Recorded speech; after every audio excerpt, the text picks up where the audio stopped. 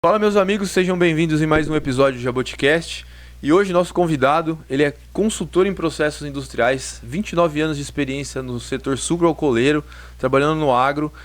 Um prazer imenso estar conversando aqui com Edenilson Contreira. Cara, seja muito bem-vindo aqui no Jaboticast. Vai ser muito boa essa conversa, porque a gente se conhece, mas a gente não bateu esse papo aqui. Eu tenho muita coisa para te perguntar. Bacana, eu agradeço a oportunidade, Gabriel. Eu sempre tive vontade de participar de um podcast e agradeço a abertura aí. Pô, que bacana, cara. E eu vou começar esse podcast porque eu percebi que nos outros eu tô fazendo isso e é interessante. Você nasceu em Jaboticabal, vamos começar por aí. Nasci em Jaboticabal, dia 13 de fevereiro de 1979. Ó, fevereiro fez aniversário essa semana, Essa pô. semana. Parabéns de novo, cara. Feliz aniversário aí. Nossa, que legal. Se você tivesse me falado, eu tinha... Pô, enfim, vamos se conhecer aqui. Você nasceu em Jaboticabal e você tem uma experiência dedicada no setor sucroalcooleiro, cara. Eu quero descobrir o seguinte, como que você saiu, ou não saiu, mas como que você construiu toda essa carreira num setor aqui, que é claro, um setor grande dentro da região, né, mas teve um início, né, tudo tem um start, né, e... Vamos lá. Embora eu nasci aqui em Jaboticabal, mas devido à parte profissional do meu papai, né, que já é em memória já, e nós fomos para Santa Ernestina. E não só Jaboticabal, como toda a região aqui, é todo voltado por cana, né, cana de açúcar. E eu lembro que a gente não tinha muitas opções numa cidade com 5 mil habitantes. Quando eu terminei minha oitava série, né, que eu ia fazer o meu colégio naquela época, a gente chamava assim, eu pesquisando eu vi que tinha uma possibilidade de fazer o colegial junto com uma formação técnica aqui em Jaboticabal. Era a oportunidade de eu estudar aqui, né, e começar a ter uma formação. Que é o Colégio Técnico Agrícola. Não, esses cursos ele eram na época, né, um patrocínio do governo, né, nas escolas públicas. Olha, cara, interessante, não sabia não. Aqui tinha enfermagem, contabilidade, usinagem e o técnico em açúcar e álcool. E aí dentro de todas essas, né, essas possibilidades, eu comecei a pesquisar um pouquinho e acabei gostando do que eu vi. Né? Eu falei, vou começar a fazer o técnico em açúcar e álcool. Né? Eu vi que tinha uma possibilidade forte, né, na região, várias usinas aqui próximo. Então era junto com o colegial. Entendi. Só que em vez de fazer os 3 anos, você fazia 4 anos e aí você saía com uma formação técnica. Era um curso que era reconhecido pelo Conselho Regional de Química. Né? Falei, bom, é a oportunidade de eu iniciar a minha carreira, vamos dizer assim. Comecei a trabalhar muito novo, né? Não, peraí, você começou a estudar, porque peraí, se você entrou no técnico em açúcar e álcool, você já fez uma escolha hoje seria o 9º ano, né? Com 13, 14 anos ali, é uma decisão já, pô. É uma decisão. Então, é bem novo, você começou dessa área. E assim, eu comecei a trabalhar muito cedo, né? Trabalhava na cidade, já vendi sorvete. Minha primeira registro na minha carteira foi como trabalhador rural. Certo. Né? Eu fui colhedor de frutas e com salários mensais, tudo. E assim, era uma mão de obra bastante severa, vamos dizer assim, né? Um menino de 14 anos. Mas era algo que eu queria fazer, né? Eu queria ajudar na minha casa. Só que eu não queria isso para minha vida. Né? E eu vi a possibilidade, né, de ter uma oportunidade dentro de um setor tão gigante que era o setor sucroalcooleiro, de fazer pelo menos esse curso técnico. Né? Não tinha uma condição de fazer uma faculdade na época, e foi quando eu vim para cá. A gente vinha com transporte público, né, até a cidade de Jaboticabal, todo dia à noite. Ah, era noturno o curso. Noturno, Nossa, noturno. ainda você ralava lá e vinha estudar. E vinha estudar. E o fato é que eles tinham uma coparticipação com as 2 usinas aqui de Jaboticabal. A antiga usina São Carlos e a usina Santa Adélia.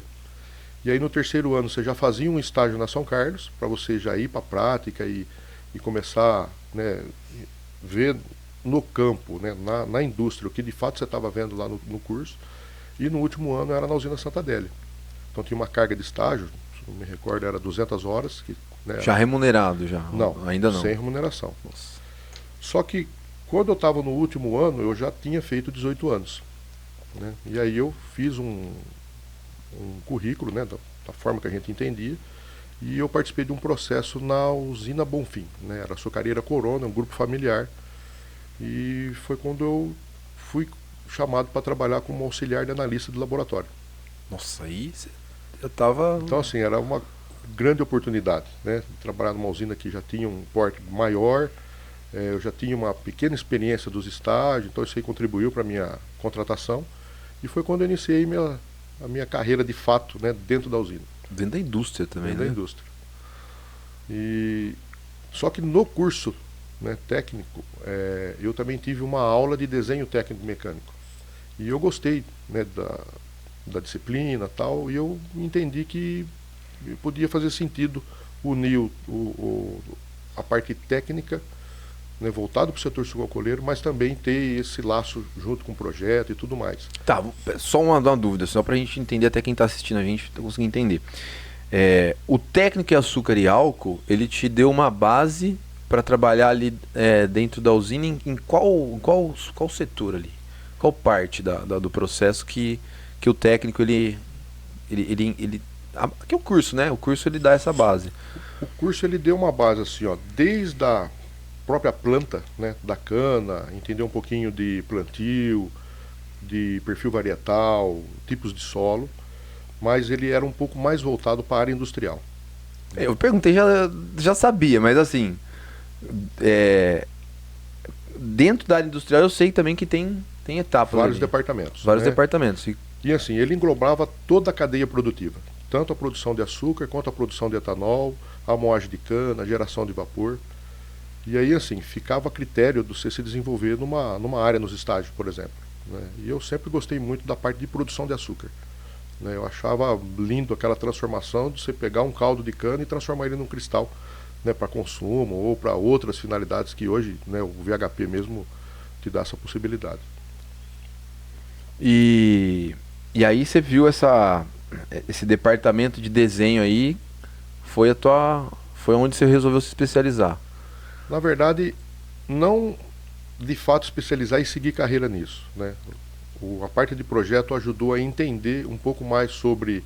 Depois na faculdade eu vi sobre operações unitárias, mecânica de fluidos, esse negócio todo, mas a parte de projeto ajudou a entender um pouquinho do funcionamento dos equipamentos e a partir daí você até tomar decisão para você melhorar uma performance, você conseguir um produto de uma melhor qualidade.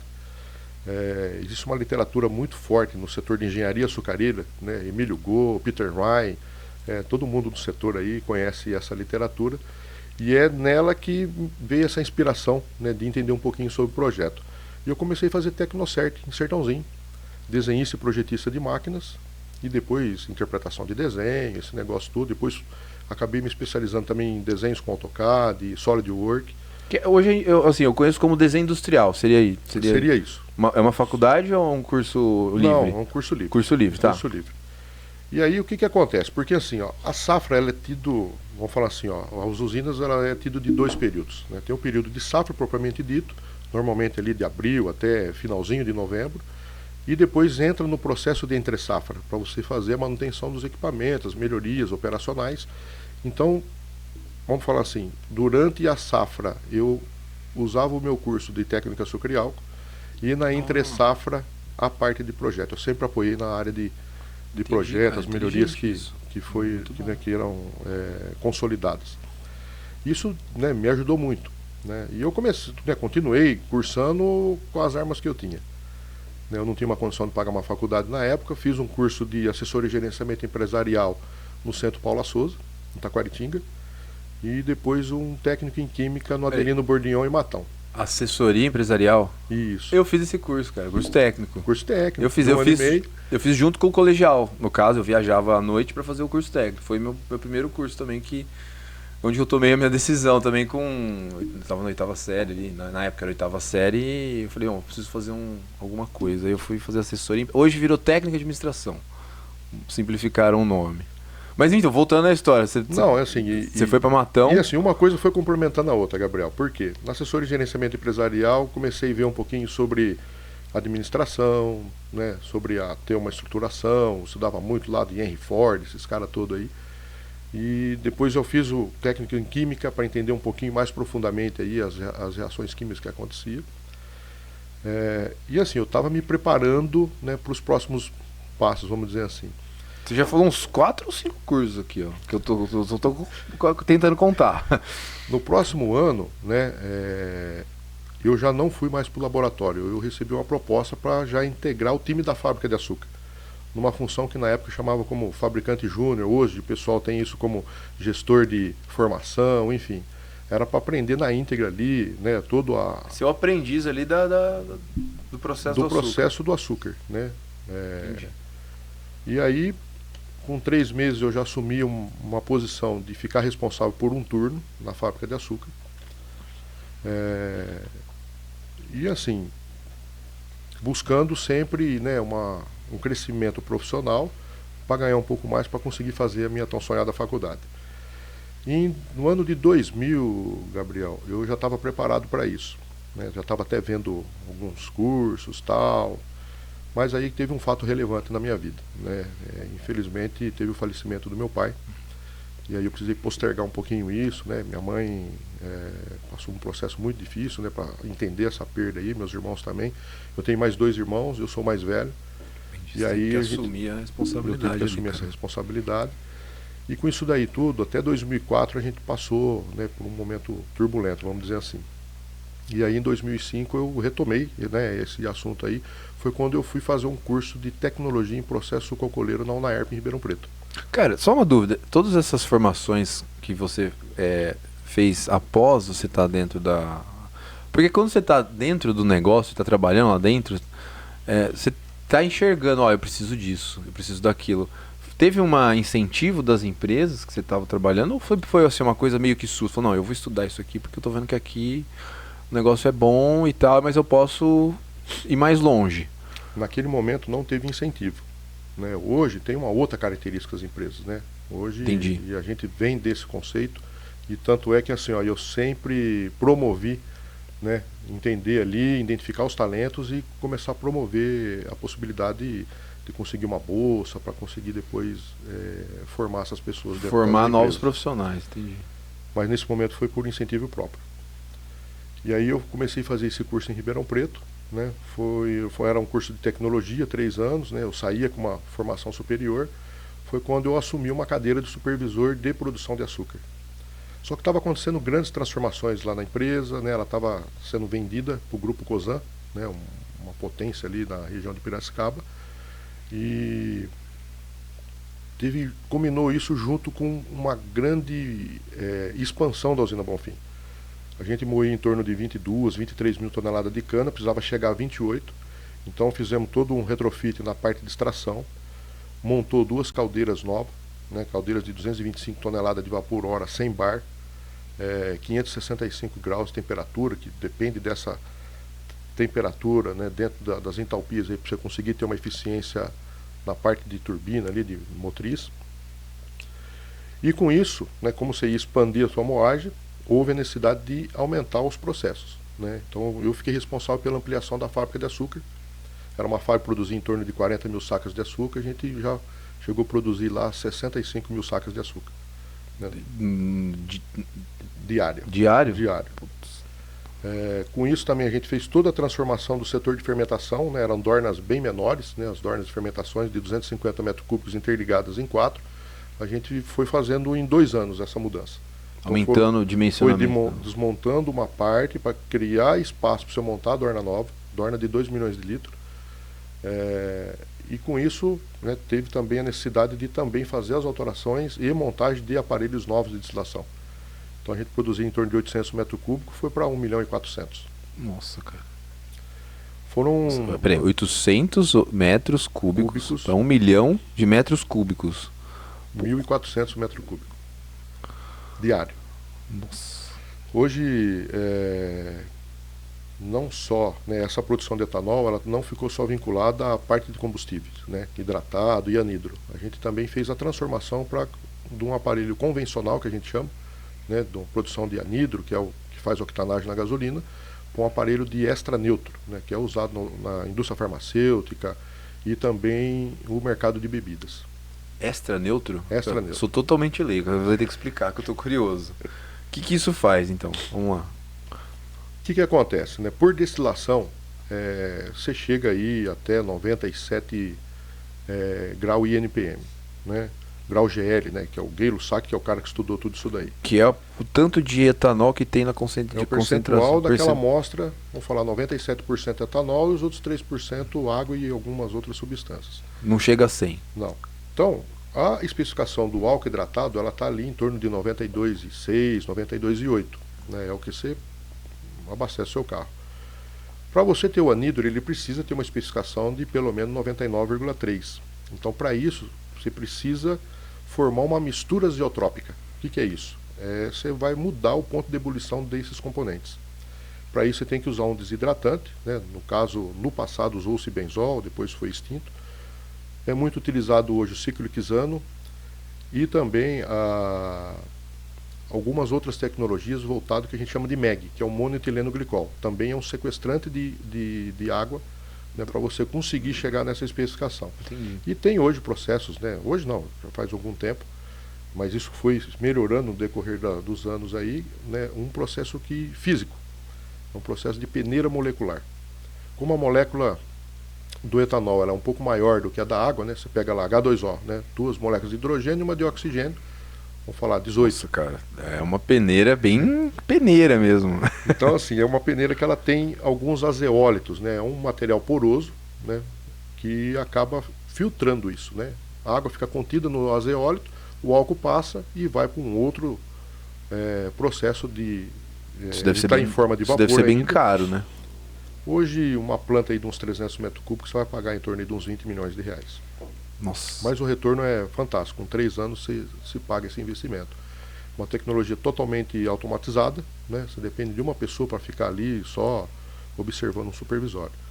E você tem uma alta eficiência, né? Diferentemente de um ciclohexano que existe uma, vamos falar assim, a dependência mais operacional de entender ali, de acompanhar as temperaturas mais na íntegra ali. Por quê? Como você tem uma perda, né, desse ciclohexano, em alguns momentos você tem que fazer alguma recarga. Então é algo que é um insumo que você tem que ter na tua planta e fazer essas... Mais um insumo que você Mais tem um que ter. insumo. Montamos uma peneira, né, molecular para 300 metros cúbicos e fizemos essas transformações aí para o álcool extra neutro. O que acontece? Dentro da fermentação alcoólica, ela gera pelo menos 9 componentes, com pontos de ebulições diferentes. Então você tem lá o acetaldeído, você tem acetonas, metanol, né, o etanol propriamente dito, aí vem a parte mais aromática, né, que seria o acetato de etila, N-propanol, N-butanol e o isonoamílico. Então esses componentes são contaminantes que não pode ter, vamos falar assim, ingerido por humano. Vai causar transtorno. Por isso que eles recomendam álcool cereais, né? Quando vai fazer alguma coisa com... Você vai fazer alguma coisa alimentícia que vai álcool... Porque na fermentação de cereal ele não acaba não fermentando e não produzindo esse tipo de álcool que vem do caldo de cana. Interessante. Então essa fermentação ela é realizada com um micro-organismo, né, que é uma a gente chama de levedura, né, um micro-organismo do gênero Saccharomyces cerevisiae, né, o nome biológico dele, e ele se alimenta de glicose, de frutose e acaba gerando esse etanol. Só que dentro dessas proporções, né, 9 tipos. E no álcool extra fino, você precisa... etanol extra fino justamente por isso. Você vai ter lá somente o etanol e traços de alguns componentes dentro da alimentação que os próprios órgãos aí exigem. Só que para isso, o que acontece? Você tem um consumo a mais de vapor, por quê? Você tem que fazer uma redestilação. Você imagina que você tem um álcool produzido, você vai fazer uma hidrosseleção, que a gente chama. Você vai diluir aquela amostra e vai destilar ele novamente. Você vai diluir com o produto lá que... Com água, e normalmente você usa flegmassa, que é um subproduto da destilação do próprio vinho. Você incorpora isso, dilui lá de 94, 95 graus GL. Você vai diluir ele para 12, 15 e aí você vai destilar. Com isso, vai formar também misturas azeotrópicas que vai acabar evaporando, né, e condensando nos condensadores, onde você tira isso daí purifica ele, né? Você vai purificar ele, né? Ele sai esse etanol aí, é incorporado no álcool combustível e aí você faz depois a concentração disso e acaba passando numa outra coluna que a gente chama de metiladora, que é simplesmente para tirar o excesso de metanol. Caramba, cara. E esse aí você tem um produto final E aí você tem esse produto final que passa por análise de cromatografia e também uma parte muito bacana que é a parte de enologia, né? Normalmente você faz um curso de enólogo para você pegar um padrão, né? Usa o olfato para isso, e aí você pega a sua amostra, 50 ml, mais 50 de água destilada e compara para você saber se ele está um padrão A, B ou C. E esse produto, ele é um produto que rende muito bem. Ele tem um valor agregado muito maior, só para você entender. Ele é um combustível, né? Você vai usar isso em...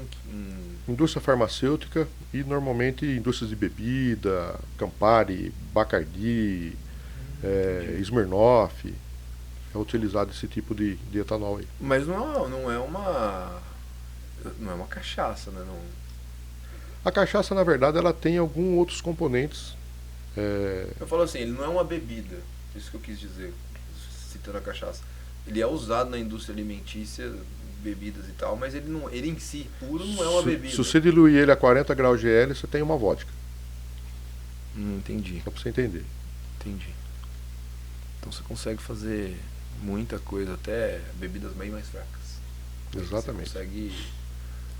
tô entendendo. Porque hoje tem bebida alcoólica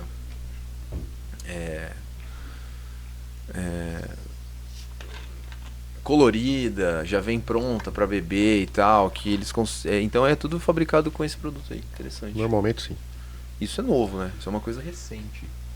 Nós começamos a implantar isso daí em 2006, foi a primeira transformação, e depois em 2008 e 2009 que teve essa grande mudança lá. Com isso a gente aperfeiçoou todos esses processos, né? Instalamos tecnologias novas, principalmente na parte de açúcar, né? Um tacho contínuo, que é um equipamento fantástico. Os grandes projetos agora, você tem, em vez de ter uma bateria de cozedores, você tem um para massa B e outro para massa A.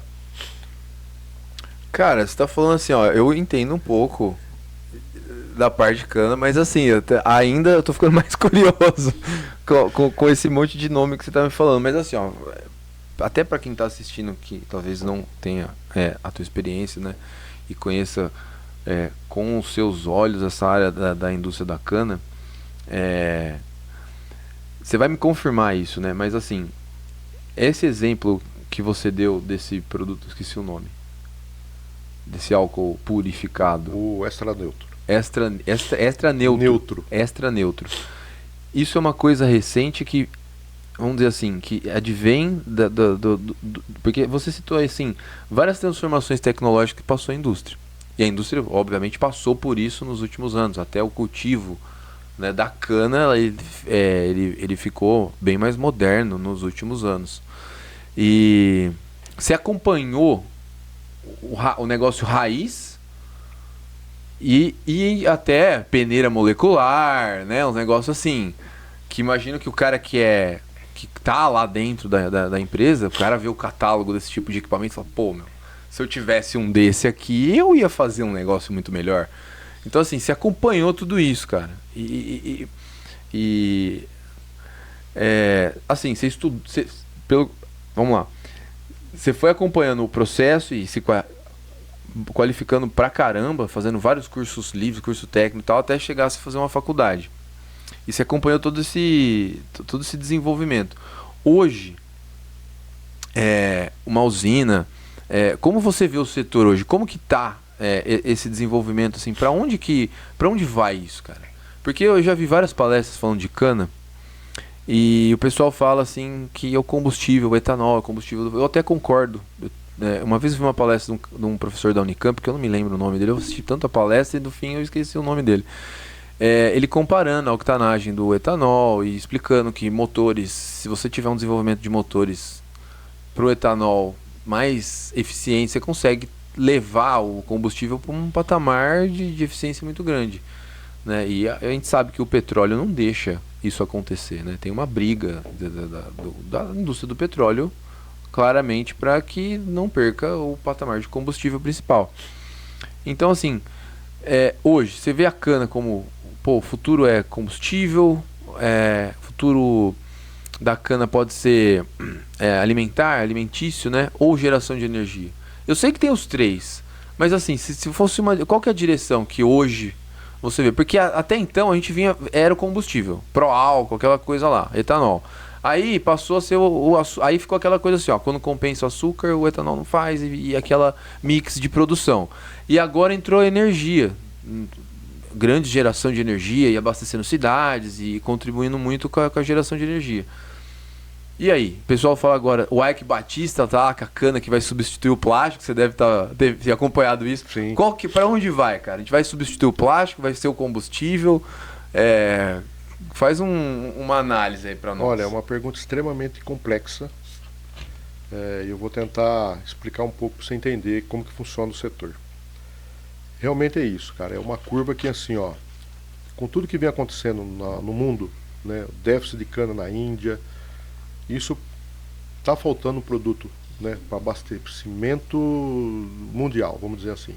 Então hoje o nosso açúcar está em alta, né? Então assim, as empresas, qual que é a empresa que vai vencer? Aquela que está preparada para qualquer alteração dessa comercial. Então assim, você tem que ter processos eficientes, com alta performance, para você produzir, ter uma flexibilidade de mix que a gente chama. E ser competitivo nisso, né? Isso, é competitivo nisso. E aí tem um monte de coisa que está atrelado a isso aí. Na minha visão, o que acontece? A empresa ela tem que estar adepta a ter um mix que possa variar de 40% a 70% açúcar, né? Para isso, né, não são todas as empresas que estão nesse molde. Então, assim, a gente hoje tem condição de fazer um diagnóstico de planta e ter um parecer do que você precisa para chegar, exemplo, sair de 40 para 70 de mix. Quais equipamentos de fato que você precisa instalar para você ter uma alta eficiência nisso. Então o arranjo da indústria ali, ele que, vamos dizer assim, ele orquestra essa habilidade também comercial da usina ser competitiva. Exatamente. Ela conseguir virar a chave ali, ó, agora eu vou fazer tanto e tal. De outro ponto também, embora esse álcool neutro ele tenha um valor agregado maior, mas o mercado é um pouco limitado. Entendi. Então, assim, você tem que ter talvez uma possibilidade de fazer um álcool extra neutro, por exemplo, mas é difícil de você ter comércio para isso, né? Então, assim, normalmente as usinas fazem o que é trivial. Hidratado e anidro, isso daí é um monopólio. Luxo. Que o que se fizer você vende. Mas é importante ter essa flexibilidade de mix, né? Já trabalhei com projetos de ampliação de fábrica, projetos de ampliação de fermentação. Então, assim, qual a empresa que vai se dar melhor no mercado? Aquela que tiver essa possibilidade de variar esse mix dependendo do que dita o mercado. Isso não está na mão dos usineiros, isso não está na mão da indústria açucareira. É o mercado. Isso daí é mercado. E assim, tem a tendência... Então tá, a tua resposta é assim, a capacidade a direção pode ser qualquer uma. A capacidade do cara fazer a adaptação ali para qualquer uma dessas direções esse é o grande diferencial Esse é o grande diferencial. A empresa que está, vamos falar assim, na condição de variar esse mix, e para isso pode ser que precise de um investimento, né, para você aumentar o seu mix de açúcar, aumentar o seu mix de etanol. Isso não pode acabar, talvez seja bem óbvio que eu vou falar, mas isso não vai varrer os pequenos? Ou não? O cara pode ser um médio, uma planta pequena ali e também ter uma competitividade. Porque assim, ó, o que está atrelado a tudo isso, né? E é um indicador principal que a gente acompanha. Vamos falar, cada usina vai ter vai acompanhar um indicador, mas o que é mais conhecido hoje? O que a gente chama de heat stab. O que é isso? Quantos por cento de toda a sacarose que entrou dentro da indústria eu vou conseguir recuperar? Porque assim, existem algumas perdas que são determinadas, né? Exemplo, lá na extração eu consigo chegar a 97% que a gente chama de extração. O que é isso? 97% de toda aquela sacarose que entrou eu consigo recuperar. As outras 3%, isso se perdeu no bagaço. Ele vai ter 3% no bagaço de cana. Quando parte para a parte de fábrica, né, e aí tem as questões de tratamento de caldo. E aí tem perdas que são determinadas. Exemplo, toda a sujidade que vem na cana, ela passa por um processo de clarificação, né? A gente usa decantadores convencionais ou decantadores rápidos para separar essa sujidade e Quando se separa isso, uma parte dessa sacarose está contida nesse lodo que a gente chama. Entendi, você está perdendo ali. Então eu tenho equipamentos que são os filtros rotativos ou filtro prensa, que vai fazer a recuperação dessa sacarose. Mas ali eu vou ter 0,3, 0, até 0,5% de perda, vamos dizer assim. Outra perda, lá no cozimento, né, existe uma perda que, dependendo da característica do seu equipamento, existe uma perda que aí a gente chama de perda indeterminada. Né? Ocorre alguns fenômenos relacionados às reações de Maillard, que é o cara que estudou isso, que é a transformação de sacarose em aminoácido. E aí, Não sabia isso não. ele não vai, esse aminoácido, né, ele não vai conseguir fermentar, porque depois do processo de fábrica, existe um subproduto que a gente chama de mel final. É esse cara que eu vou enviar para o setor de fermentação, fazer uma diluição com água ou com água e caldo, para conseguir chegar no molde que a levedura consiga assimilar isso. Tem um padrão também, Existe né? um padrão para isso. Então, assim, de todo esse produto que passou em fábrica, independente do mix, o seu SJM, que a gente chama, né, que seria o quanto de açúcar de fato eu consigo recuperar, vai variar aí em torno de 75% a 80%. Mas os outros 20% de toda essa sacarose está indo embora via mel. Do mesmo.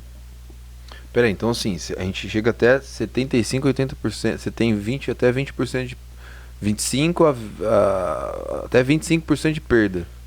Não diria perda, seria assim, um subproduto que eu vou utilizar na minha fermentação, por exemplo. Por isso que assim, você sempre vai ver, é difícil você ter uma usina que produz só açúcar. Entendi. Né? Existem empresas que produzem só açúcar, mas aí esse mel ele tem que vender para Ajinomoto, por exemplo. Né? É um mercado. Mas esse mel ele vai ser aproveitado lá para fazer uma fermentação e virar etanol. Por que eu estou falando tudo isso? Só para você entender um pouquinho das ramificações de perdas, né, de todo o processo. Aí no processo fermentativo também existem perdas. Né? A levedura... Mas até agora você reaproveitou o mel lá na fermentação. Aí sim, agora que vem a perda... Exatamente. A perda. O que acontece? Do bagaço, né? Hoje nós já temos agora o etanol de segunda geração. Você aproveita esse açúcar que está no bagaço para fazer etanol. Ali. Né? Recupera ainda esses 3%. Recupera. Mas antes de chegar a essas tecnologias, esse bagaço ele é queimado em caldeira ou ele é vendido para uma outra fábrica, né, para geração de vapor. Então existia essa perda.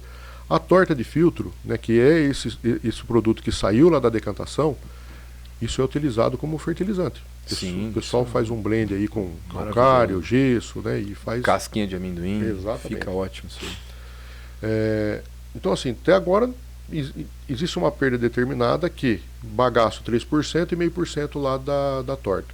E tem essa questão indeterminada, que esse é o grande foco, né, dentro dos nossos modos de operação, diminuir essa perda indeterminada. Entendi. E que jeito que eu vou diminuir isso? Tendo uma boa operação, um tempo de residência adequado, que é a quantidade de tempo que esse produto fica em cada equipamento, um balanço térmico adequado para você conseguir cozinhar numa velocidade que não ultrapasse aí 1h40, no máximo 2 horas. Quando eu passo disso, acaba ocorrendo essas reações de Maillard, transformando sacarose em aminoácido, e aí essa perda não é usual de você fazer medições em cromatografia para você entender isso, né? A não ser que você mande isso para um laboratório específico. Mas as análises de rotina, você acaba tendo isso como indeterminado.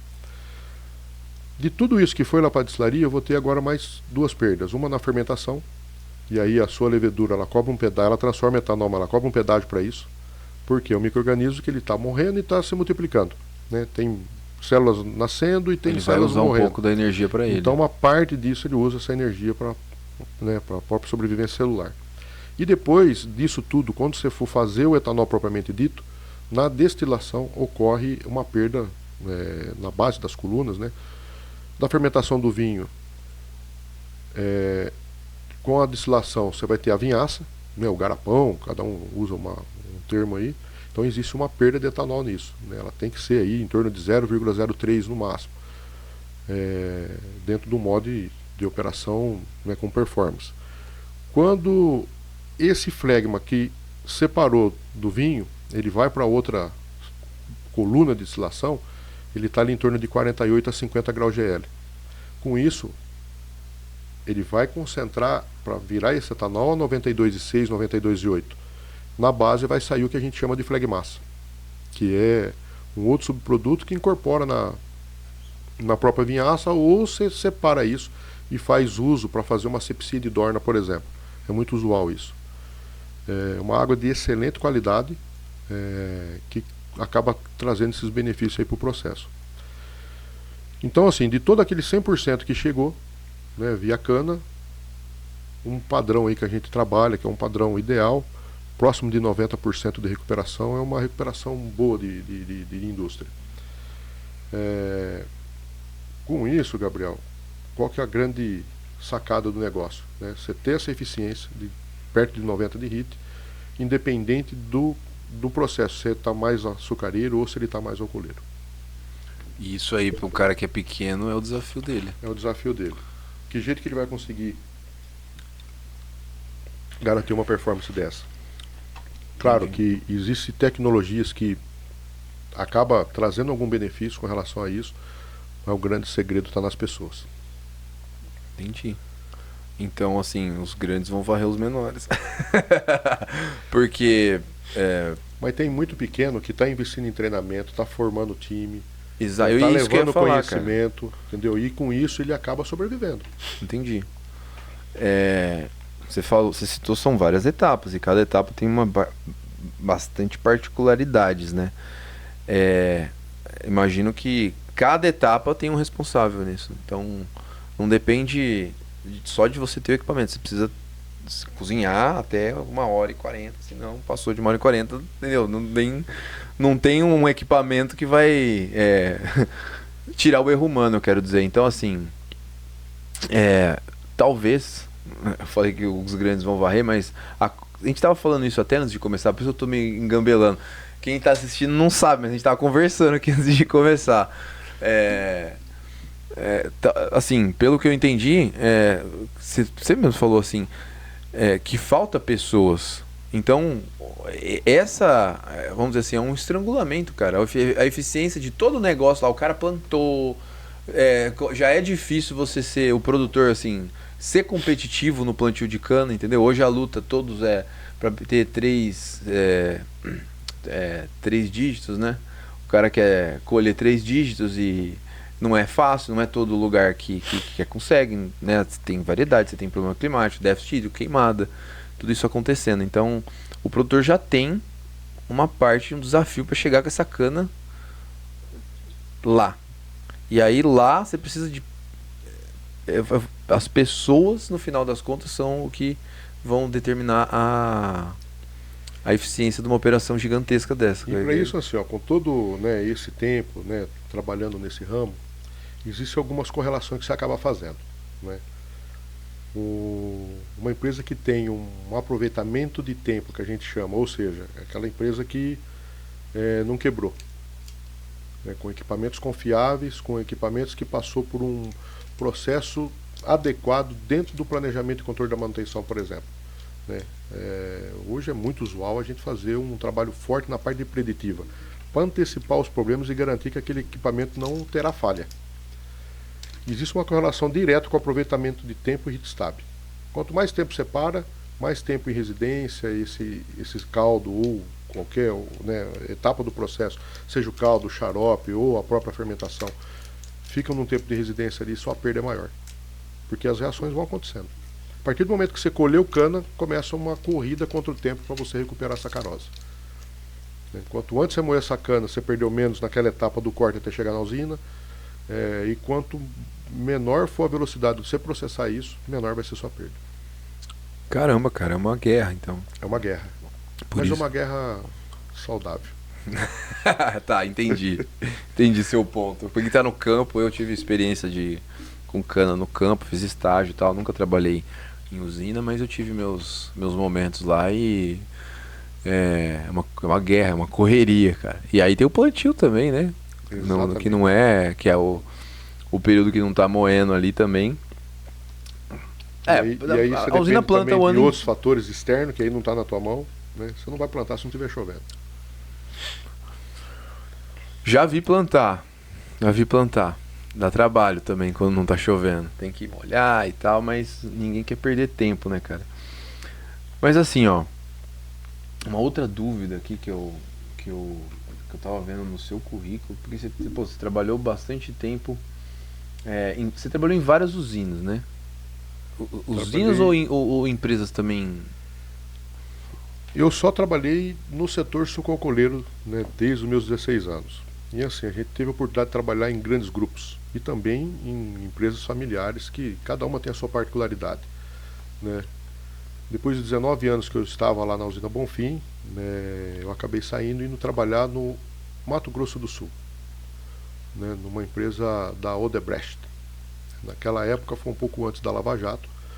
É, era uma empresa que estava numa expansão muito forte, né, em outros estados, principalmente Mato Grosso e Goiás. Mas não era uma usina. Usina. Ah, uma usina, tá. Usina. Eu não Essa sabia que a usina Odebrecht tinha usina. ela tem um braço forte no setor sucroalcooleiro, que acabou depois sofrendo algumas alterações e hoje ela chama Ativos, né? Mas eu fui para um desafio bacana lá. Era uma usina que ela era uma usina familiar do Benedito Coutinho. A Odebrecht comprou a Eldorado e fez uma ampliação gigante lá, né? Lá instalou caldeiras de 400 toneladas de vapor por hora, atrelado a um mix mais alcooleiro naquela região. Só que qual que era o grande desafio lá? Pessoas. O mato-grossense ele não sabe produzir açúcar, né, e etanol. Ele sabe cuidar de boi, plantar milho. Então assim, Soja. essas tecnologias chegaram lá recentemente. Então assim, o pessoal hoje se desenvolveu muito nisso, né? Hoje tem excelentes profissionais, mas naquele momento existia uma escassez disso. E pensando na mobilidade, você não consegue levar pessoas para lá, né?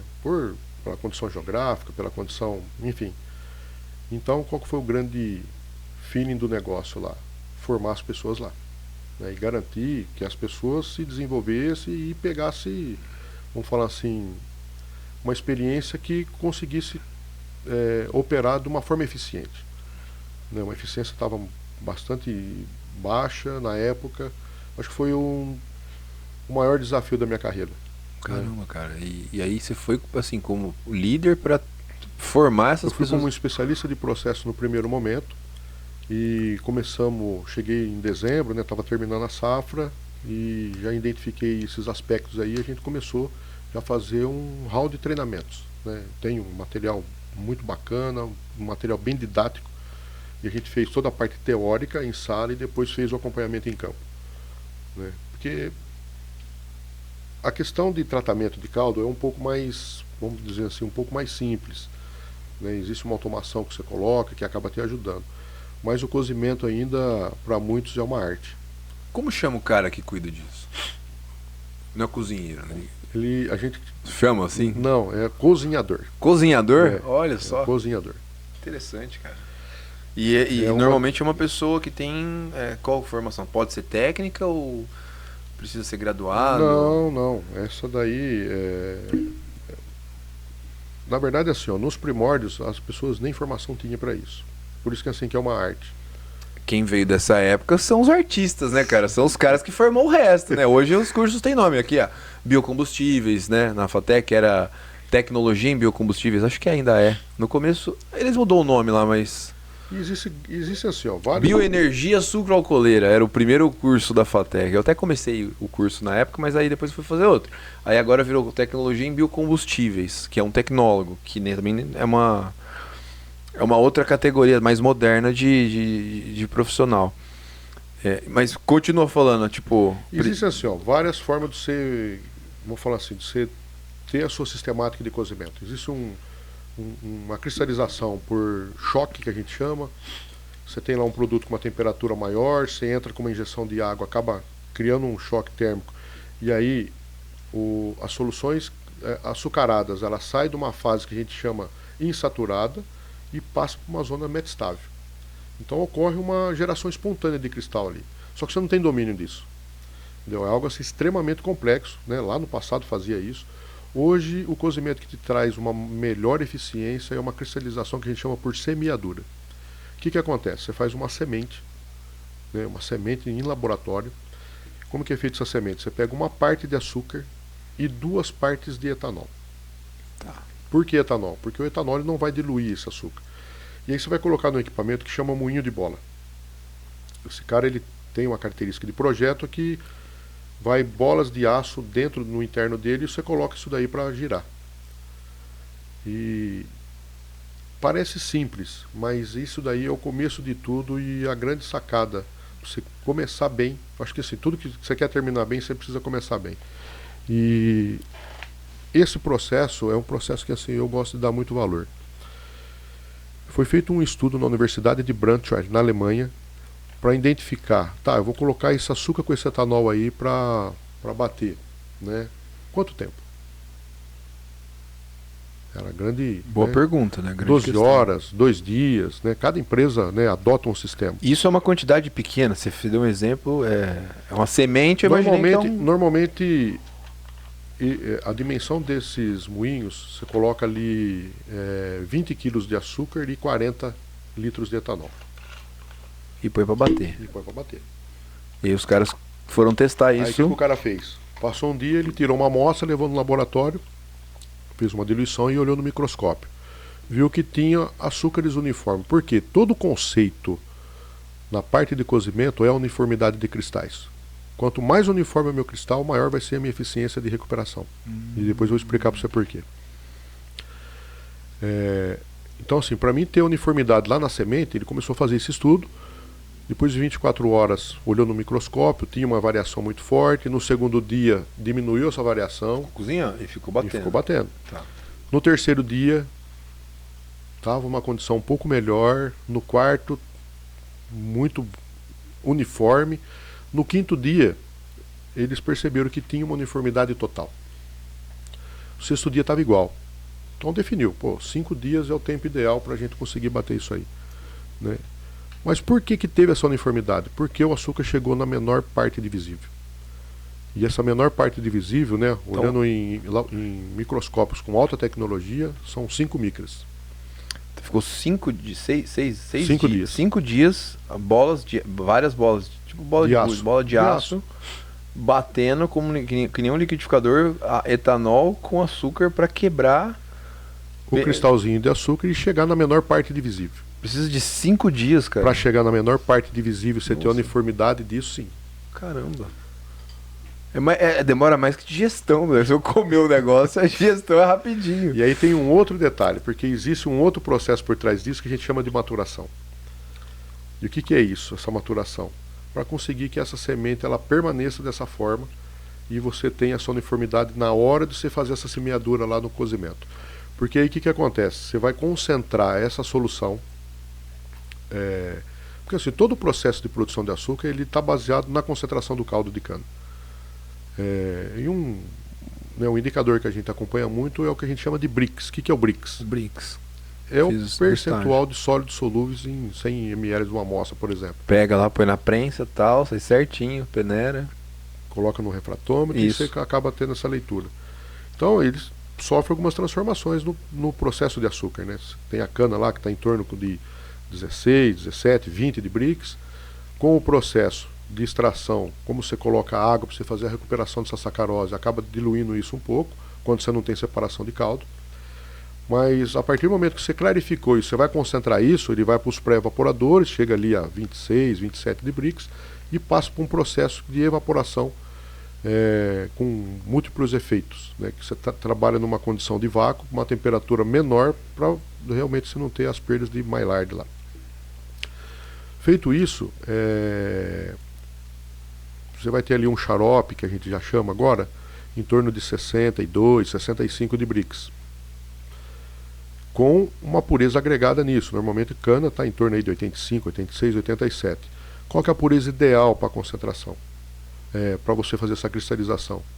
76 de pureza. E então o que você faz? Você faz um blend de produto de xarope mais aquele mel, né, que é proveniente do cozimento, para você fazer um blend e chegar em 76. Mesmo se ela tiver com 86 80 de pureza, tem que volta para trás. Você volta um pouquinho para trás, por quê? Estudos mostram que nessa pureza existe uma facilidade de você garantir a tua uniformidade de cristal lá no momento da cristalização. Você vai concentrar isso até 82 de Brix, com essa pureza de 76, você vai estar numa zona que a gente chama de metaestável. O que é isso? A insaturado, se você colocar essa semente, ela vai dissolver aqueles cristalzinhos da semente. E se você passar disso, você entra numa zona lábio, que aí você vai ter uma geração espontânea. Né? Você acaba cristalizando espontaneamente. E aí você não tem domínio do volume de cristal que vai ser gerado. Vai empedrar o tanque. Pode até empedrar. Então o importante é você estar nessa zona metaestável, com 1,2 de saturação que a gente chama. E aí, baseado no ativo que você tem, né, na área de cozimento, você faz um cálculo, né, a gente tem condição disso, faz um cálculo para você identificar qual que é o volume de semente necessário para aquela condição.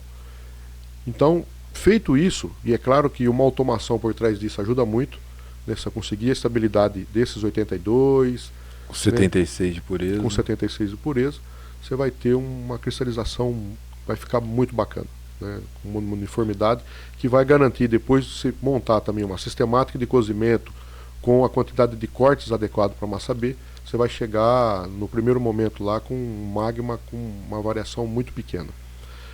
Esse magma seria o quê? O produto que foi gerado desse cozimento dessa massa que a gente chama de B.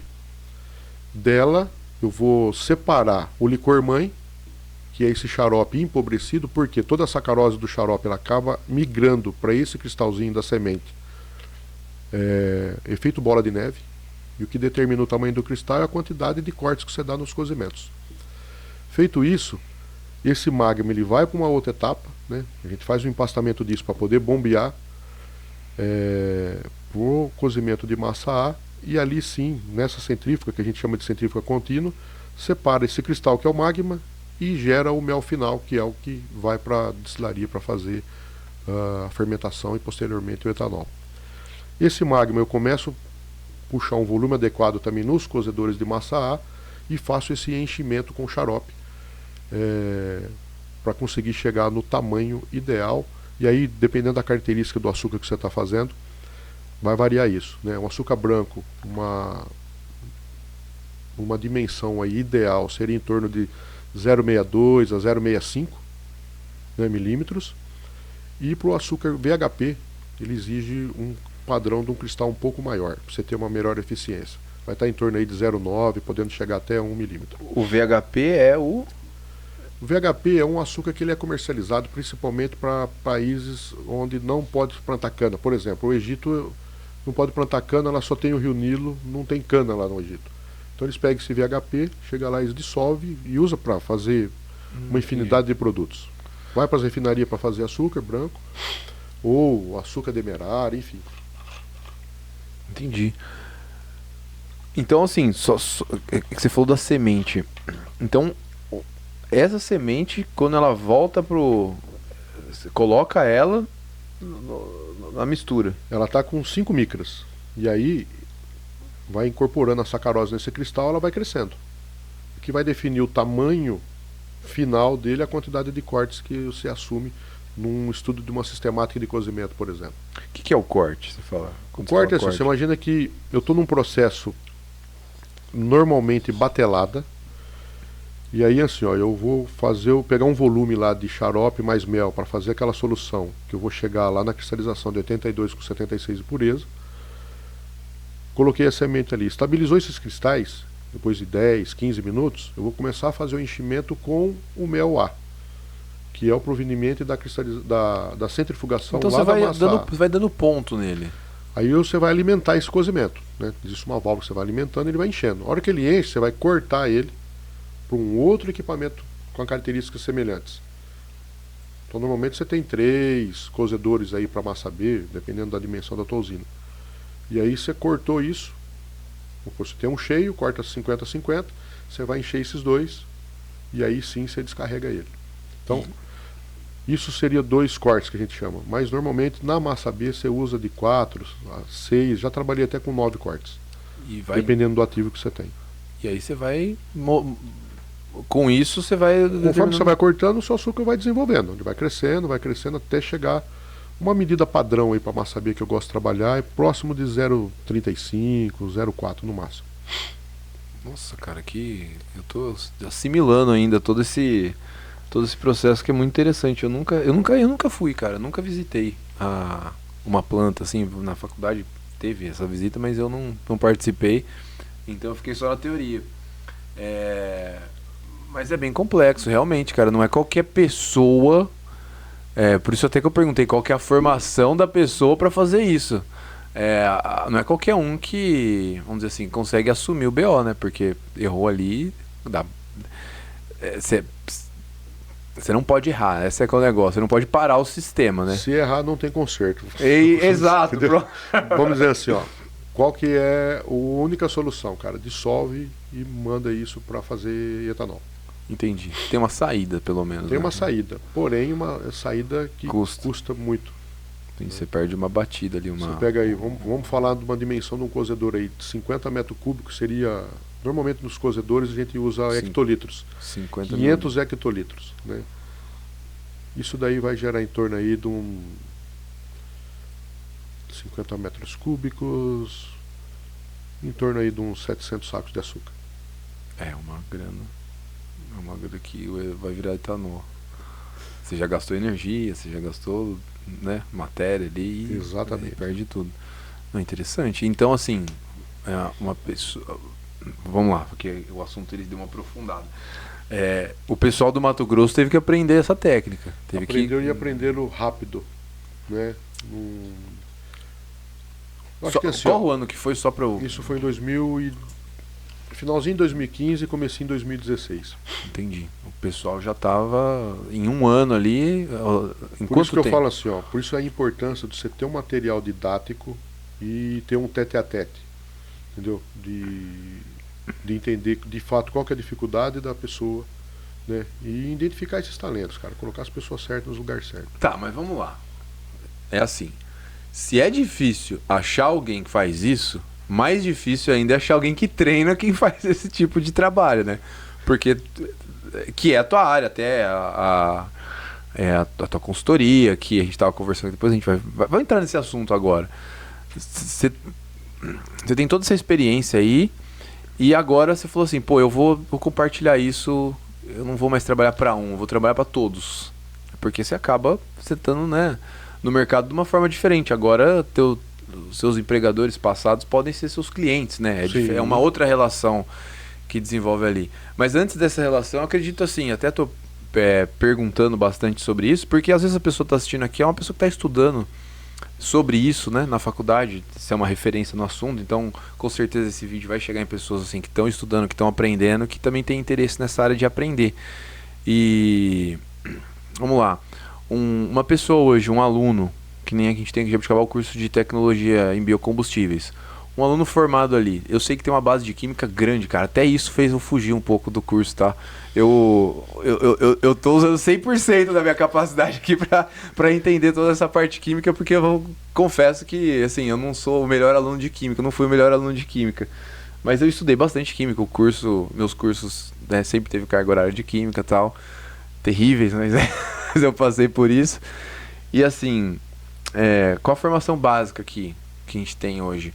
A pessoa, ela consegue se especializar nisso e ser um profissional competitivo no mercado, a ponto de, pô, tem opção aqui, posso ir para o Mato Grosso, posso não ir para o Mato Grosso, porque essa mão de obra falta. Você acha que é possível ou você precisa ter um curso superior, precisa ter um... Não, você não precisa de um curso porque superior. Porque você vai operar milhões de reais, né, cara? É uma responsabilidade. Você não precisa de um curso superior, você só precisa ter esse embasamento teórico, né, e um acompanhamento prático. Claro que você não vai formar um cozinhador aí em dias, né? Mas por isso que eu prezo muito por uma automação adequada, que ela te traz condição de facilitar, né, as operações, garantindo a sua eficiência. Cara, você lidou muito com automação. E isso pode ser uma dor de cabeça também, né? Pelo que você está falando. A automação errada, ela vai atrapalhar o cara, né? Vamos dizer assim. Existe problemáticas, né, a gente falou da questão humana e tal, mas assim, essa parte técnica, a empresa ela precisa saber muito bem escolher. tem diferenças muito grandes entre esses equipamentos, a ponto de, tipo assim, fazer total diferença uma automação boa e uma automação ruim, tipo, jogar a eficiência lá pro buraco. Totalmente. Então, assim, ó, por isso que assim, a minha experiência com o projeto me ajudou muito a identificar isso.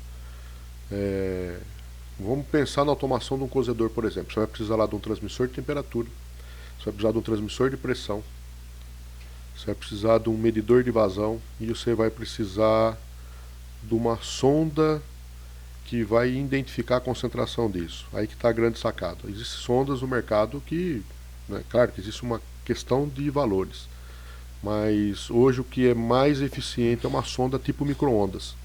Porque ao invés dela medir a concentração dos produtos que está lá dentro, ela vai medir o percentual de água, que é muito mais fácil você medir água do que você medir os produtos açucarados. Entendi. E aí na própria lógica, né, ele desconta aquele volume de água do todo e aí você acaba chegando na concentração. Essas são as sondas mais eficientes, né, vai trazer uma tranquilidade muito forte. Entendi. Interessante. Então assim, ó, uma parte forte, né, que eu quero trabalhar nessa consultoria é essa questão do diagnóstico. Né, uma vez fazendo uma visita em planta, entendendo o ativo e ver o que de fato tem, vem um diagnóstico para você conseguir melhorar todos os seus processos, né, e qual que é o custo disso. Entendi. Então basicamente você pega uma usina, tira um raio-x dela e vê onde está onde tem as oportunidades de melhoria. Isso. Que são os pontos, normalmente as caneladas, né? Para quê? Para levar uma maior eficiência, mais produto, né? Pode ser que vai existir a necessidade de você fazer um trabalho forte na área de treinamentos, por exemplo. Entendi. Né? De ter um time adequado. Você está falando bastante de time, cara, e você tem assim, você tem uma especialidade. Percebe-se que você aprendeu a lidar com pessoas, né? Porque assim, eu converso com muitas pessoas, não só aqui, como por aí, né?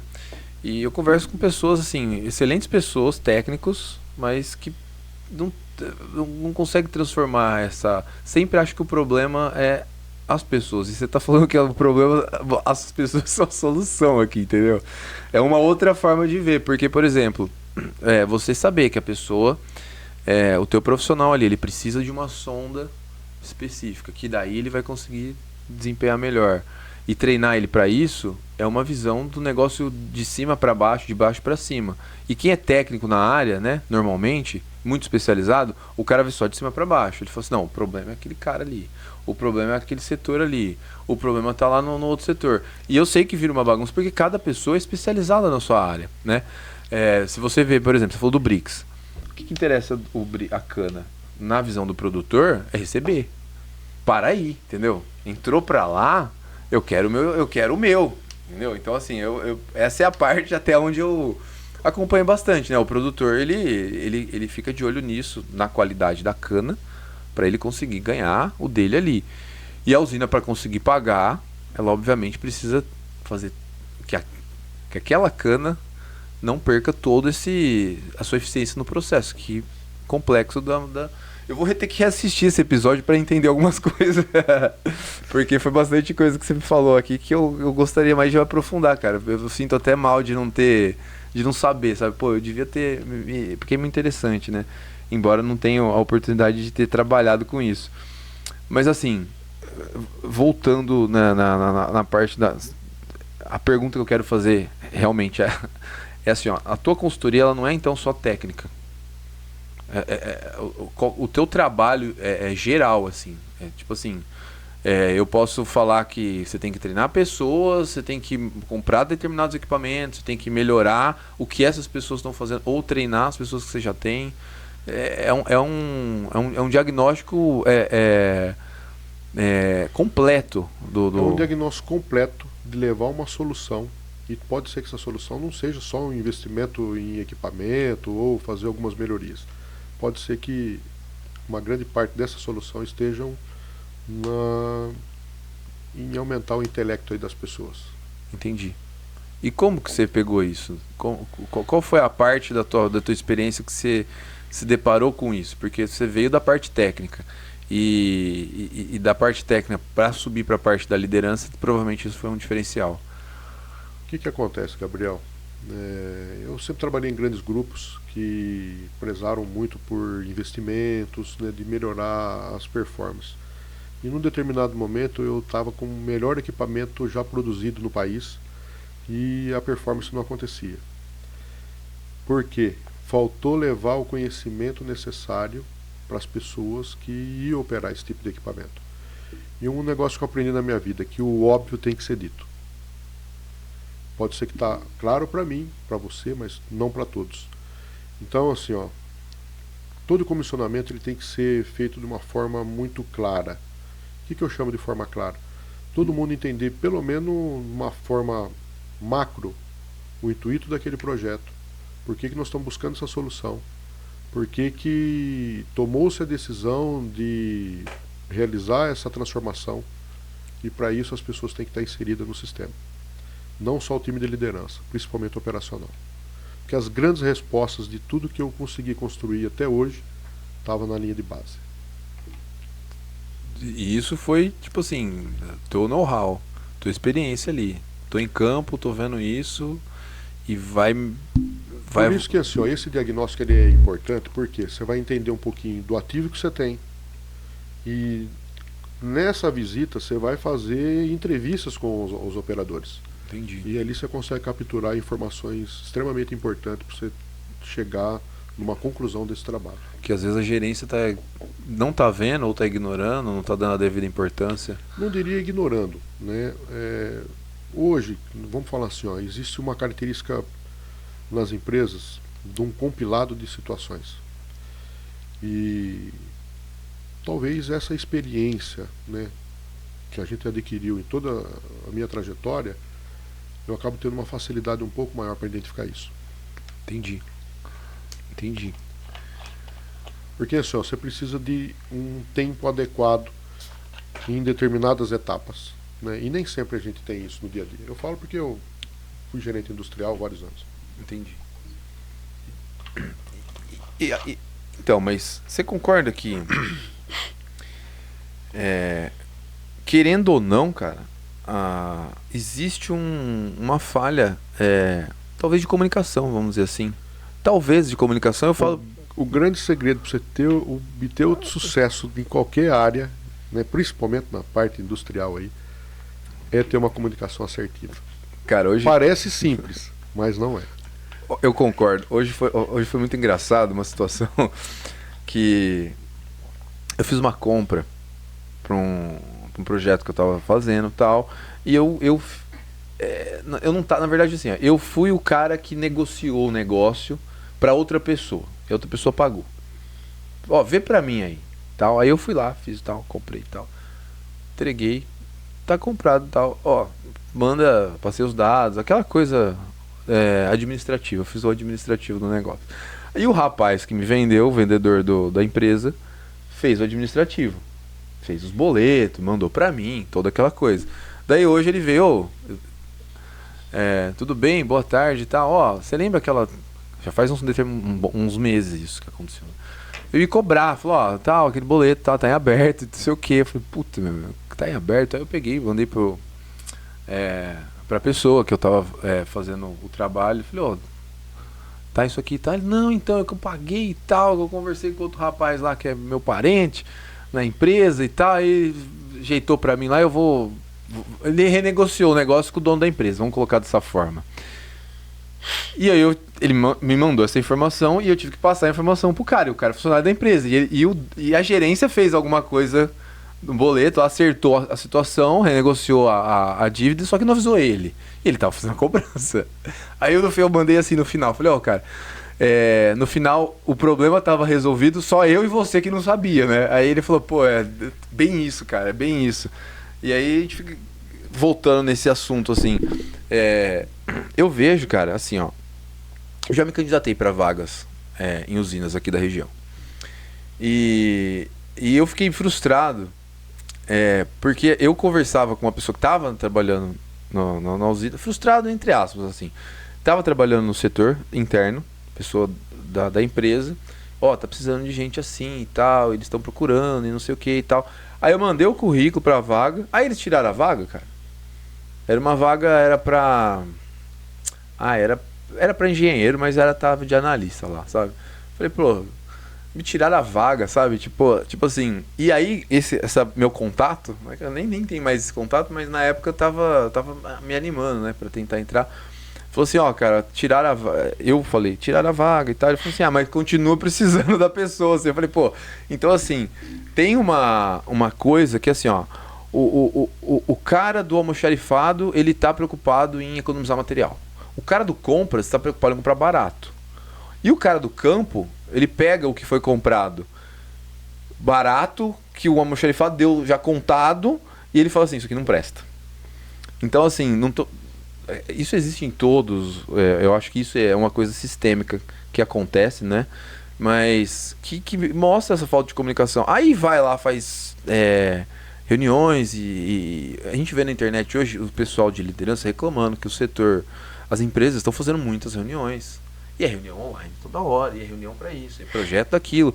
E as pessoas não estão tendo tempo de trabalhar, de fato, nas suas atividades, né, rotineiras. E a gente está na era da comunicação. Pô, hoje a coisa mais fácil que tem, eu tô com o computador aqui, celular, você tá com o celular ali, tem mais computador aqui, se a gente quiser se comunicar aqui é bem fácil, tem um telefone ali fora. Então assim, não é uma desorganização, eu não sei como o cara dá um nome para isso, mas qual que é a falha, cara?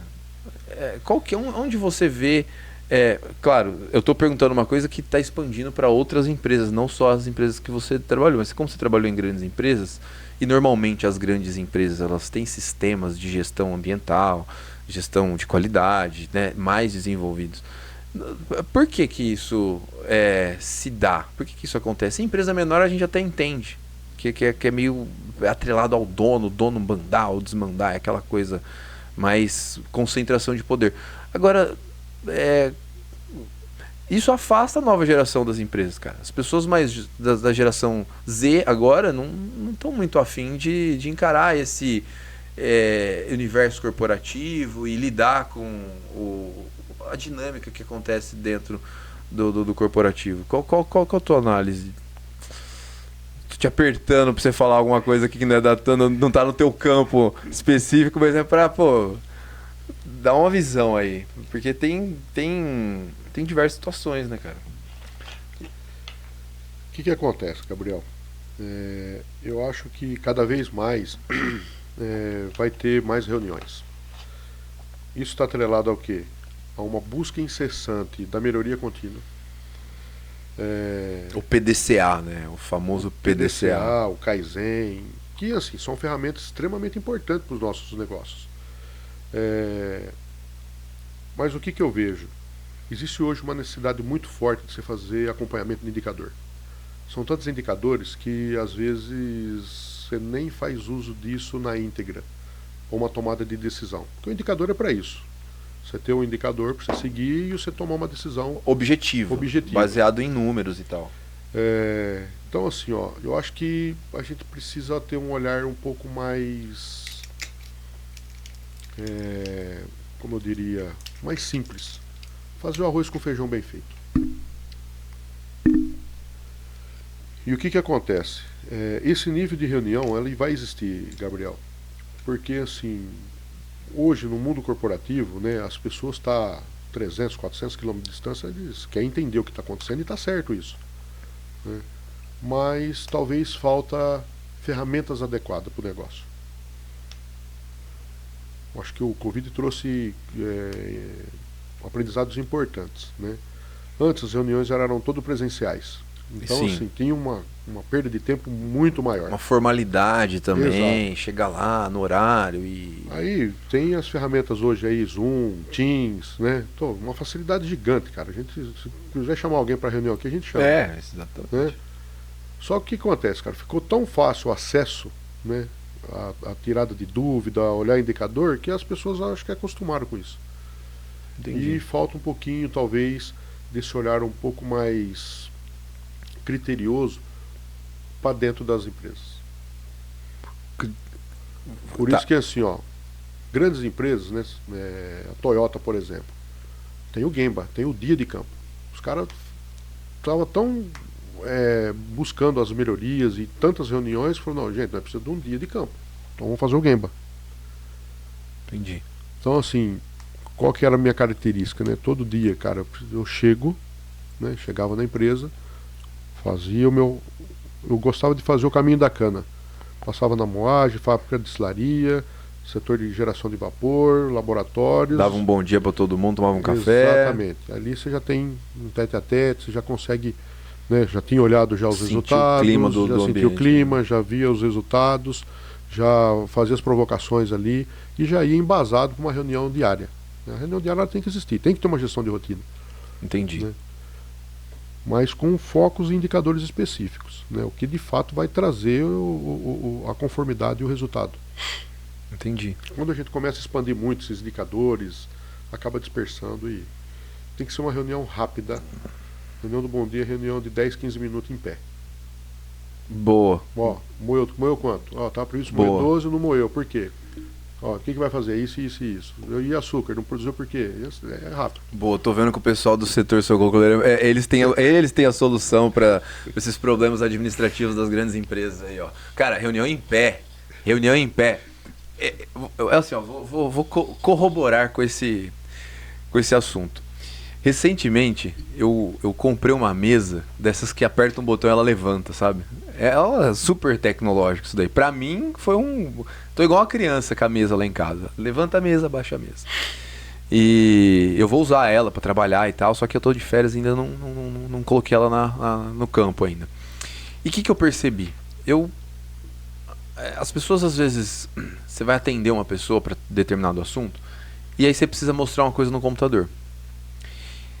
E que nem aqui a gente tá, aqui tem a televisão. Então, assim, eu converso com várias pessoas aqui, às vezes não gravando e tal, a gente usa essa sala como reunião, e eu uso a televisão como artifício aqui para mostrar slide, gráfico e tal. Quando a gente faz essa reunião em pé, no computador, que aí eu testei isso, eu tenho um suporte de monitor assim, e eu colocava o monitor mais alto e eu ficava com o mouse ali mostrando os meus trabalhos, né? As coisas que eu estava trabalhando. Em pé, o negócio dura menos. A gente é mais prático e cansa. Agora, a pessoa senta, cruza a perna, põe o café, agora a gente tá aqui, ó, ar-condicionado ligado, cara, não que não vá funcionar o trabalho, mas assim, é esse excesso, assim, ó, é muita conversa para pouco serviço, entendeu? É aí que eu acho que a gente perde o foco. Então, eu dei essa viagem só para contar o seguinte, eu falei, eu queria trabalhar em pé também um pouco, porque eu fico muito sentado, e dor nas costas, aquela coisa, né, a idade vem chegando, e né, a gente vai começando a ter dando valor, ó, um negócio que fica em pé, pô, já não precisa de uma cadeira tão boa, eu fico metade do dia em pé, por exemplo, com essa mesa, eu já testei trabalhando e tal, não sei, talvez as futuras empresas tenham mesas que levantem também, e eu tô acertando a mão no começo, mas é genial isso. E eu percebo que o conforto, eu dei o exemplo da mesa e tal, de a gente fazer um trabalho sentado, trabalho em pé, você falou da reunião, mas o conforto da comunicação, das coisas estarem mais fáceis, fez também com que a gente se preocupasse talvez com coisas que não precisam se preocupar. Então, no ambiente altamente competitivo, isso daí virou uma doença, cara. Uma coisa que, no caso do nosso exemplo aqui, no nosso assunto do Mozinho, você vai pro buraco rapidinho, né? Você ficar perdendo 70 mil sacas de açúcar porque talvez você erra, você vai pro ralo, né? Não, e fica uma reunião muito boa, uma reunião objetiva, já define ali o que, quem, quando, quem vai fazer o que. Aonde. E já sai com um plano de ação bem formalizado. Entendi. E perguntando agora da tua consultoria, que a gente estava conversando, você me falou que vai começar agora uma coisa que você já queria também, e é um desafio, obviamente, começar um negócio próprio não é fácil. Eu já tive um negócio próprio, né, e enfim, não tem a ver com consultoria, mas eu sei que é uma luta. Todo dia você está procurando um emprego novo, é assim que a gente falava. Todo dia eu tenho que ser contratado de novo, né? Você tem que conseguir um emprego todo dia, conseguir um cliente, né? E o que você vê assim, além de atender usinas, atender as empresas que provavelmente são seus principais clientes. O que você acha assim da capacitação para pessoas que estão começando, quem está começando na área? Ou, por exemplo, hoje eu vejo muitas pessoas que têm alguma formação, mas não está usando. E de repente o cara pode falar assim, ó, eu quero me reciclar aqui. Você acha que tá na tua visão isso? Você pretende ir para essa área ou o teu foco vai ser só empresas, assim, pelo menos no início? No primeiro momento seria só empresas. Que eu acredito que, baseado em toda essa experiência, eu acredito que eu consigo contribuir para melhorar resultados numa velocidade muito rápida, principalmente no período de safra, né? A ideia desse trabalho seria duas fases, vamos dizer assim. Uma, um acompanhamento de safra, e aí a gente vai para ajudar a identificar e solucionar os problemas relacionados à baixa performance, a falta de confiabilidade, e talvez até o treinamento de pessoas. E com esse trabalho, né, você já consegue ter uma visão dos modos que você vai precisar para fazer uma entre-safra adequada para você conseguir um resultado melhor no próximo ano. Essa questão relacionada aí a intensificar um treinamento para pessoas que, né, querem se desenvolver, isso daí eu acredito que a gente vai até chegar nisso, mas num segundo momento. Entendi. Vou dar uma estruturada para conseguir oferecer também oferecer um suporte adequado. Entendi. Ainda perguntando a gente fez essa pausa aqui pra gente se recuperar aqui, né? A gente tá conversando há bastante tempo e até surgiu esse assunto aí da destilação da cachaça e tal. Mas assim, ó, voltando no assunto da consultoria e tal, desse trabalho que você vai fazer agora, você começou isso agora em 2025, é um projeto, tá no forno. Extremamente novo, tá no forno, né? A gente já tem o CNPJ, já fez o contrato social. Entendi. Né, já saiu o Simples Nacional, conta jurídica, toda a parte burocrática aí, a gente já tomou conta disso. Agora é partir para a guerra. E as pessoas que estão assistindo aqui, que querem te contatar, que querem conhecer esse teu trabalho, você vai estar trabalhando com isso só na região aqui ou é nível, você vai atender online, por exemplo? Essa que é uma dúvida que... Não, nós vamos atender online. Eu tenho disponibilidade de ir para outras regiões, outros estados e talvez até outros países. Cara, tá... É isso aí. Parabéns. É assim... É o que eu falo, cara. Em Jaboticabal a gente tem pessoas excelentes, só que elas estão escondidas. Eu tô descobrindo, não. Estou trazendo elas para a internet, né? E da internet, quem sabe, levando elas para o mundo, né? A gente teve aqui uma amiga minha que viaja aqui, veio aqui. Ela viajou o mundo, eu não sabia. Assim, aí vem aqui contar a história e a gente não imagina, a pessoa de Jaboticabal tá fazendo... saindo daqui. Jaboticabal a gente tá acostumado a ficar muito... Não Jaboticabal, mas cidade do interior, a gente fica preso às coisas que tem aqui, né? Principalmente trabalho, né? E você tem uma boa experiência aí, você já tá olhando pro mundo, cara. Parabéns, é isso aí. E assim, mas não vá sem voltar, volte para Jaboticabal, não mude voltar daqui, é uma cidade boa. Meu coração tá aqui. E também a gente está criando algumas parcerias, né? Principalmente a HJA de Sertãozinho, uma empresa especializada em performance de caldeira. Entendi. Né? Cada vez mais nós vamos precisar fazer um trabalho para a gente reduzir o nosso consumo específico de vapor das plantas e, consequentemente, melhorar a eficiência de caldeira. Quando você fala consumir menos vapor, é energia, né? Eu posso entender que é reduzir o consumo de energia. De energia. Mesmo a usina produzindo essa energia através da queima do bagaço, ainda tem margem para melhorar essa dentro da caldeira ali? Tem muito, porque hoje o bagaço ele não é, vamos falar assim, um subproduto indesejável, como foi no passado lá. Embora você pode fazer uso disso para exportação de energia, mas hoje ele tem outros mercados, principalmente o etanol de segunda geração. Né? Vai faltar bagaço para a produção de etanol de segunda geração pelos volumes que a gente precisa. E com isso, o que acontece? Quanto menos vapor eu utilizar na minha produção, maior sobra de bagaço. Entendi. Hoje, só para você entender, uma tonelada de bagaço está sendo comercializada a 300, 350 até R$ 400. Caramba, meu. Então, assim, Não tinha esse valor há muito tempo atrás. Um valor agregado muito forte. Tanto é que a gente fez algumas... Qual que é o grande objetivo de você fazer esse melhoramento da eficiência energética?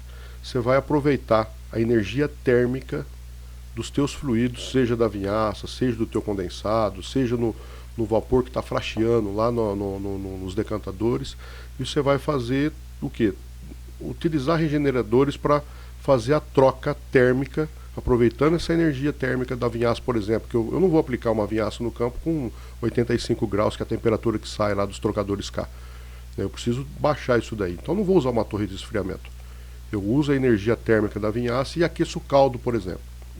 Entendi. Com isso eu diminuí uma parcela de vapor que eu usaria para aquecer esse caldo para me conseguir chegar na condição de decantação, né, que tem que estar acima de 105 graus. Então uma parte dessa temperatura você ganha ela utilizando a própria energia que térmica da vinhaça e flegmassa. Né? Era um problema, inclusive. Era um problema, inclusive. Outro ponto, né, com a produção de açúcar se gera muito condensado. Né, toda a água que eu estou evaporando ali da cana, né, ela vai para um outro efeito que condensa. Então tem um volume de água condensada que é uma água de extrema qualidade. Eu posso fazer uso disso numa embebição de moenda, numa limpeza de dorna ou até num tratamento de fermento, por exemplo. Dizem que eu tenho uma temperatura adequada. Então eu faço uso dessa energia térmica para aquecer mais uma parcela de caldo, por exemplo. Entendi. Então o negócio ele vai se retroalimentando ali. Vai se retroalimentando. E consequentemente eu vou diminuindo o consumo específico da planta. Se eu estou diminuindo o consumo específico de planta, me sobra oportunidade ou para exportar ou para exportar energia, por exemplo, gerar mais energia. Ou vender o bagaço. Né? Ou vender o bagaço, que hoje é muito mais rentável você vender bagaço que gerar energia. Ah, é? Hoje sim. Por questões de... porque o bagaço está valendo muito ou porque é o custo, assim, imposto da energia tem...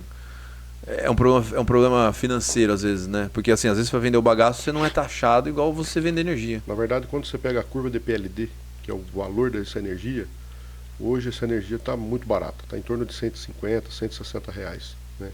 Diferentemente lá atrás, em 2005, 2006, quando a gente partiu para a montagem das hidrelétricas, unidade termoelétrica, estava 850 reais um PLD. Nossa. Lá no Mato Grosso a gente exportava 82 megawatt-hora. Né? Hoje o pessoal diminuiu essa cogeração, né? Claro que tudo dentro dos moldes de contrato, mas se tem uma brecha no contrato a pessoa deixa de gerar energia e vende o bagaço, que é muito mais rentável hoje. Nossa, cara, E quem compra esse bagaço?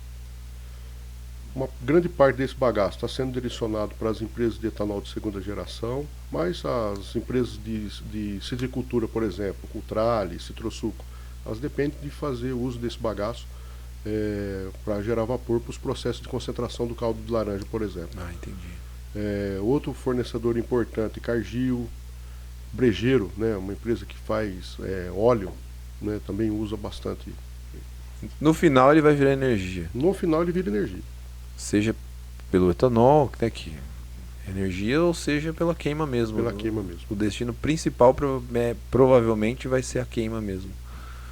Isso aí tem um problema de R$400 a tonelada, né? Mas aí tem o transporte, Não, ele já está com frete junto. Tá com frete? Ah, então é difícil você comprar outro item para queimar, né? Ou por exemplo, madeira já não tem, carvão vai ficar bem mais caro, né? Não tem uma opção? Uma pergunta bem de leigo, mas existe opção? Existe opção em por exemplo, o bagaço que a usina eu sei que o bagaço gerado na indústria ali, ele supre a usina. A usina não compra energia. Não. Pelo contrário, ela sempre tem sobrando. Sim. E o que acontece? Você pode fazer uso de outras biomassas para a geração de vapor. O problema é que nem todas as usinas existe uma caldeira adequada para conseguir queimar um cavaco de madeira, por exemplo. Ah, entendi. Eu entendi. Um tempo atrás, cara, eu tava me lembrei disso agora. A gente estava estudando a gente gerar desidratar o resíduo, o lixo da cidade, desde que seja separado, essa que é uma grande dificuldade. Mas as cidades, né, elas passariam a gerar um pellet, né, não é pellet, mas é como se fosse um briquet, isso. Só que tem todo uma questão assim, ó, logística. O custo, ele acaba assim, ó, você tem que estar próximo do lugar da queima, o lixo precisa ser bem separado, para o processo, você só conseguir ter umidade ali, conseguir tirar essa umidade do lixo para conseguir chegar nesse produto que tem ele não tem um padrão, né, no final das contas. Essa que acho que é uma das questões. Mas isso, na tua experiência, eu tô aproveitando de você aqui para tirar essa dúvida. Você já chegou a ver isso acontecer em alguma unidade? O pessoal tá usando lixo urbano para queimar em caldeira? Não. Então é só... Provavelmente está no campo da pesquisa ainda. Que é uma solução... O que eu já acompanhei, né? Seria as plantas de biogás, por exemplo, né? Algumas unidades da Raiz têm plantas de biogás. O que é feito? Pega a vinhaça que iria para o campo, mas ele tem um volume de matéria orgânica alto ainda, e junto com a torta de filtro, que tem aquele 0,5% de açúcar ali.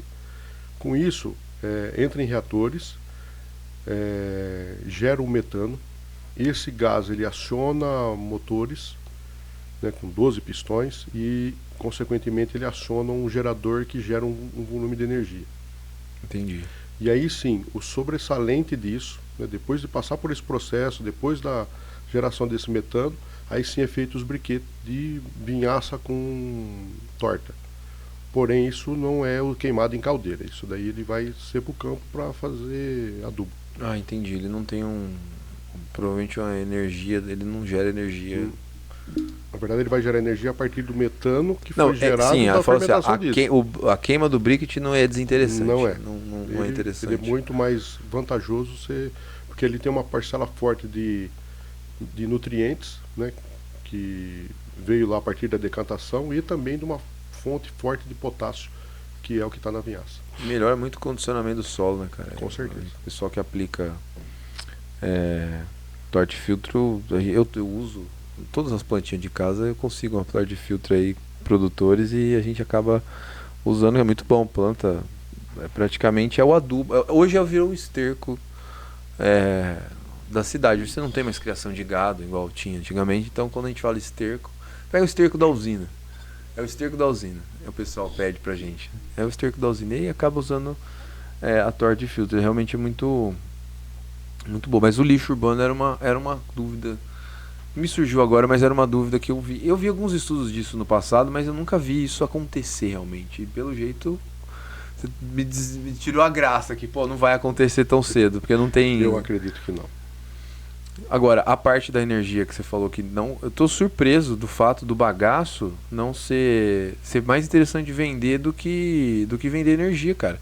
Porque, pensa, a energia, ela é um produto valioso, né, hoje.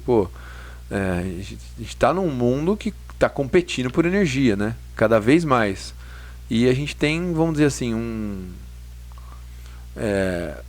a possibilidade de gerar isso e não está gerando. Então, me parece ser foi muito ruim para o financeiro, provavelmente, das unidades, porque foi por conta de imposto, né?